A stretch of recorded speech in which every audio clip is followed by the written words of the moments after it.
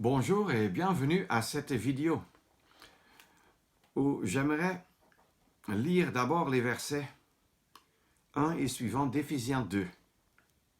Et vous, lorsque vous étiez morts dans vos fautes et dans vos péchés, dans lesquels vous avez marché autrefois selon le train de ce monde, selon le chef de l'autorité de l'air, de l'esprit qui opère maintenant dans les fils de la désobéissance, parmi lesquels nous aussi nous avons tous vécu autrefois dans les convoitises de notre chair, accomplissant les volontés de la chair et des pensées, et nous étions par nature des enfants de colère, comme aussi les autres.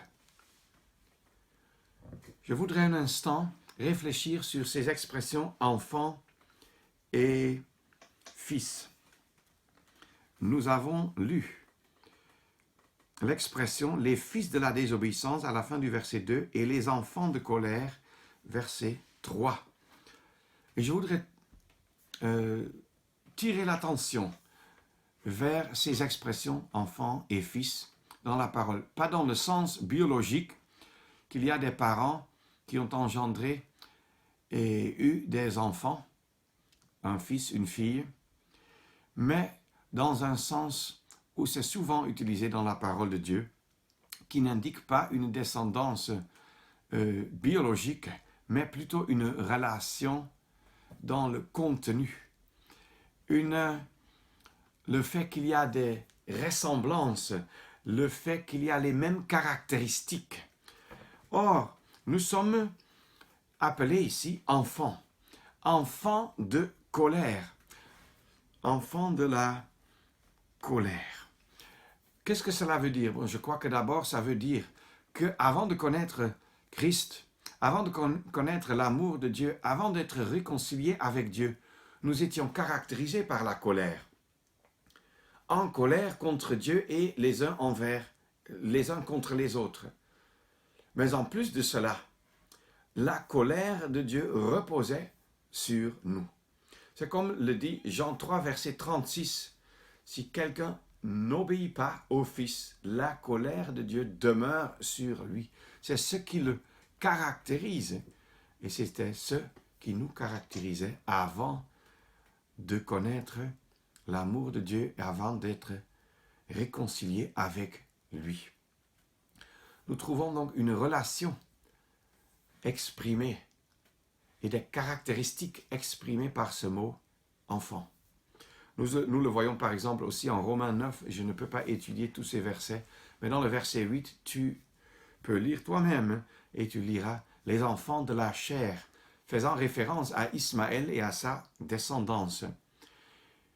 Et ils sont mis en contraste avec les enfants de la promesse, Isaac et sa descendance, mais surtout dans le sens spirituel, les enfants de la promesse sont ceux, particulièrement en Israël, qui réellement se positionnent, se basent sur les promesses de Dieu et non pas sur leurs propres caractéristiques charnelles, ou selon la chair, dois-je dire. Les incrédules, tels que nous étions aussi, sont aussi appelés les enfants du diable. C'est une expression effrayante. Il y a une relation entre le diable et ceux qui le suivent. Il y a une ressemblance entre le diable et ceux qui le suivent. Ce n'est pas que lui, il les a engendrés, mais ils ont les mêmes caractéristiques. 1 Jean 3, verset 10, nous en parle. Comme le Seigneur Jésus lui-même, en Jean 8, verset 44, dit aux Juifs qu'il insulte, qu'il l'offense, que vous avez le diable comme père. Mais quel contraste avec nous comme enfants de Dieu. À chacun qui a reçu Christ, il a donné le droit d'être enfant de Dieu. À ceux qui croient en son nom. Jean 1, verset 12. Là aussi, il y a une ressemblance, une même vie, une relation qui s'établit. Mais l'expression enfant et fils de Dieu, je ne voudrais pas étudier ça dans cette petite vidéo. Maintenant, si nous continuons encore un peu, nous trouvons en Marc 3, par exemple, l'expression « fils de la tonnerre », fils de tonnerre, Boanerges, appliquée bien à Jacques et Jean, alors que Jean est appelé celui que Jésus aimait. Et pourtant, surtout dans ses débuts, c'était un fils de la tonnerre. Nous devons dire que la tonnerre parle en général de la colère, même de la colère de Dieu. Pensons à la montagne de Sinaï, où Dieu s'est révélé dans un orage, dans la tonnerre, avec des éclairs, montrant ainsi sa grande sainteté et ce que les hommes méritent, qui sont en désaccord avec lui par leur rébellion, par leur désobéissance, par leur état de pécheur. Et tant que quelqu'un n'est pas converti, il est encore, peut-on dire, un fils de la tonnerre. Mais même quand nous sommes venus à la foi, ce dont quand même les disciples, même en Marc 3, sont une image, alors cette colère peut encore nous caractériser. Nous pouvons avoir une vision trop limitée de la grâce divine et même demander que la tonnerre de Dieu descende sur l'un ou sur l'autre. Ce n'est pas l'état normal pour un enfant de Dieu. Il y a aussi une chose très intéressante, c'est-à-dire qu'en Éphésiens 2, nous avons lu d'abord quelque chose sur les fils de la désobéissance. Maintenant, si on lit dans la première épître de Pierre, nous allons trouver quelque chose de très encourageant, à savoir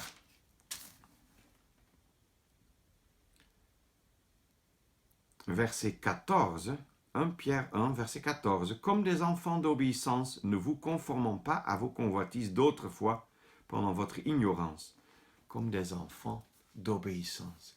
Ça, c'est heureux. C'est comme si l'obéissance nous a engendrés, si je peux le dire ainsi. Et maintenant, ça nous caractérise. C'est une chose qui est typiquement caractéristique pour l'enfant de Dieu. Chaque jour, chaque heure, chaque minute, chaque pas qu'il met, c'est un pas en obéissance.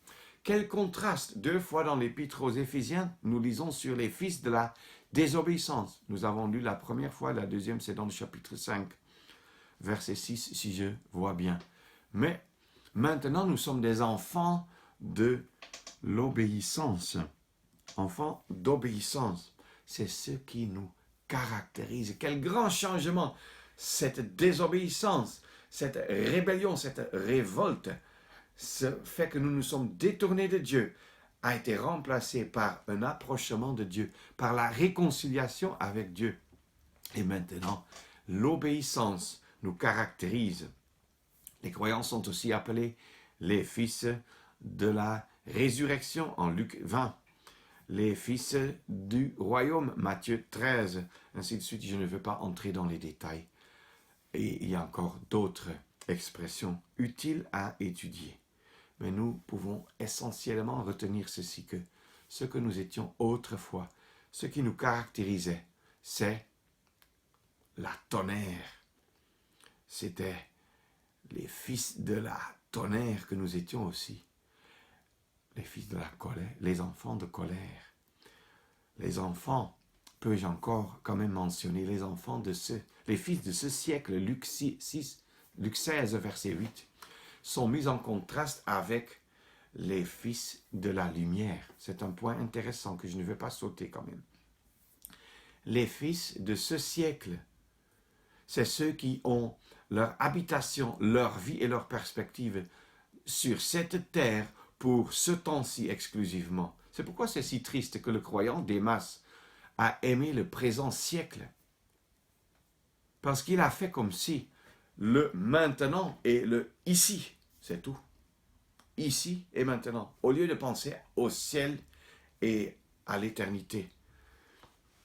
Nous sommes aussi appelés les fils de la lumière en Jean 12 et aussi en 1 Thessaloniciens 5, verset 5, fils de la lumière et du jour, en contraste avec ceux qui sont des ténèbres et de la nuit. Nous sommes appelés des enfants de la lumière en Éphésiens 5, verset 8, et sommes ainsi engendrés par la lumière de Dieu qui a agi dans nos vies. Et maintenant, la grande question qui se pose, est-ce que nous manifestons ça dans la vie de chaque jour? C'est une chose d'être enfant de Dieu, enfant de lumière, enfant ou fils de l'obéissance, etc., etc. Mais c'est une autre chose de manifester ça réellement dans la vie de chaque jour. Dieu puisse-t-il, par sa grâce, réaliser ça dans nos vies. Et il veut le faire. La question est, est-ce que j'y suis ouvert? Je voudrais encore tirer l'attention vers ce fait-ci, que la parole de Dieu utilise deux expressions différentes pour enfant et pour fils. Certaines traductions, dans plusieurs langues, ont mélangé tout ça et ont pris une seule expression. Mais la parole est toujours précise. Quand ça parle d'enfant, ça utilise le mot grec technon. Et ça montre qu'il y a une relation, peut-être peut-on même dire une position où on a été amené, une fois pour toujours comme croyant. Mais il y a aussi l'expression fils, huios, et en grec je veux dire.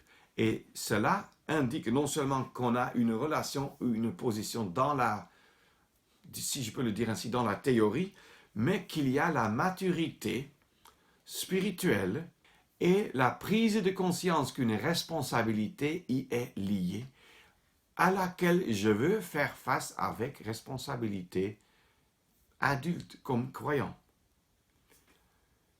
C'est une chose d'être enfant de Dieu. Jean 1, verset 12 nous le dit, on devient enfant de Dieu par la foi en Jésus-Christ. C'est même un droit, un privilège, selon Jean 1, verset 12. Par contre, Romains 8, verset 14 nous dit, tous ceux qui sont conduits par l'Esprit, ceux-là sont fils de Dieu. Là, on voit, on n'a pas seulement reçu la vie de Dieu, mais on la met en pratique. On est responsable, on réalise la position. C'est une chose d'avoir un enfant. Si vous me dites que j'ai un enfant, ça peut être un bébé de 2 semaines. C'est une joie de l'avoir. Mais cet enfant se rend à peine compte de ce qu'il a un père. Par contre, quand l'enfant grandit, dans les débuts, il s'occupe seulement de lui-même. Il veut recevoir le lait. Il veut recevoir la nourriture. Et quand il ne reçoit pas, il pleure. Tout tourne autour de lui en fait. Le moment va venir où il va se poser la question, mais qui est mon père? Qu'est-ce qu'il occupe? Qu'est-ce qui remplisse son cœur? Et il va te poser des questions à ce sujet. Là, tu vois quelque chose de ce qu'il est maintenant un fils ou une fille. Parce que même les sœurs peuvent être dans leur pratique des fils, selon la signification de la parole de Dieu. C'est une chose intéressante d'avoir une position ou une relation, mais d'aussi être encouragé à la mettre en pratique. Le fait d'être fils de Dieu, ça implique la prise de conscience des bénédictions et des responsabilités. Je ne peux pas entrer plus dans les détails, ce n'est pas le sujet maintenant. Mais je voudrais encore tirer l'attention vers le fait que la parole de Dieu n'appelle jamais Jésus-Christ un enfant ou l'enfant de Dieu. Malgré le fait que certaines traductions le font. Il était l'enfant de Marie, considéré l'enfant de Marie et de Joseph, mais il est toujours appelé fils de Dieu. Le fils de Dieu. Pas technon pour enfant, mais huios pour fils. Certaines traductions ont en acte 3 traduit avec enfant. En acte 3, verset 13, ça parle de ton saint serviteur Jésus. Ça, c'est encore une autre expression pour serviteur. Là, ça, c'est le mot grec pais qui veut dire un garçon, un serviteur, un esclave, un servant. Et maintenant, généralement, donc, ça se traduit par serviteur ou servant. C'est donc faux d'y traduire ton saint enfant Jésus. Parce que dans la parole de Dieu, systématiquement, Jésus-Christ est montré, est présenté comme étant celui qui est pleinement adulte, responsable, qui comprend la relation, qui comprend, qui connaît le Père et qui a toujours les yeux et les oreilles tournés vers son Père, qui comprend le cœur du Père. Et ce serait indigne de l'appeler enfant, parce que le fait qu'il est fils dépasse de loin ce que on peut trouver dans l'expression enfant ou technon. Que le Seigneur nous garde donc de dévier de ce que la parole de Dieu en dit, mais que nous puissions comprendre, une fois de plus, que le fait que nous étions des enfants de colère, de tonnerre, de désobéissance, et maintenant nous sommes devenus enfants de Dieu, de lumière, de l'obéissance, que cela soit reflété dans nos vies de chaque jour. Que le Seigneur nous donne cette grâce. Et de comprendre donc que fils ou enfant a affaire avec non seulement une relation biologique dans plusieurs cas, mais dans d'autres cas, clairement une relation dans le contenu, une relation spirituelle, des correspondances, des ressemblances qui sont visibles. Merci et à une prochaine vidéo.